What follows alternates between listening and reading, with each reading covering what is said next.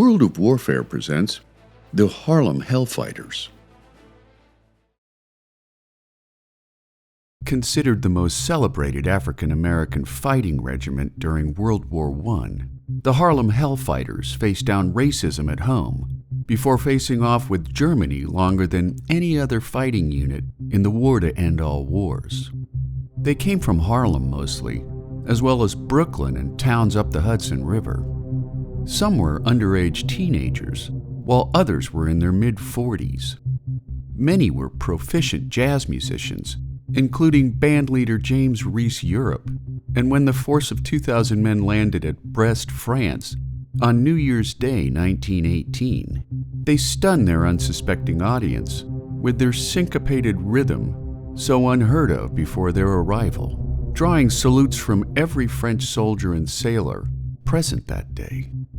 Originally assigned to service in janitorial roles, General John Pershing changed all that on April 15th when he reassigned the 369th Harlem Hellfighters to combat duty, more than a month before the American Expeditionary Force's first major battle. For the next 3 months, as the Germans' primary spring offensive raged miles away from their frontline position, the Harlem Hellfighters fought through repeated skirmishes until they came under heavy artillery fire when the Germans launched the July 15th Second Battle of the Marne, which would become Germany's final offensive battle in the war.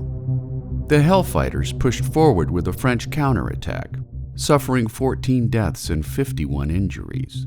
Then came the Meuse-Argonne Offensive, in which 1.2 million French and American soldiers bore down on Germany's failing frontline positions.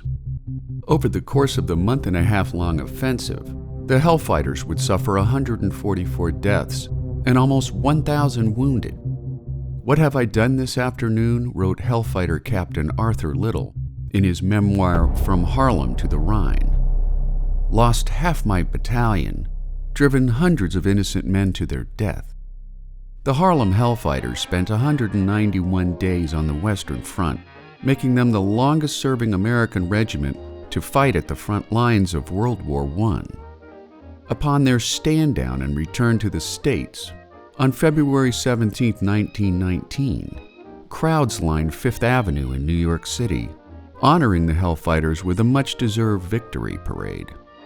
The Hellfighters marched in French formation, 16 abreast, making their sacrifice and bravery in battle a strident rebuke to racism, even to this day.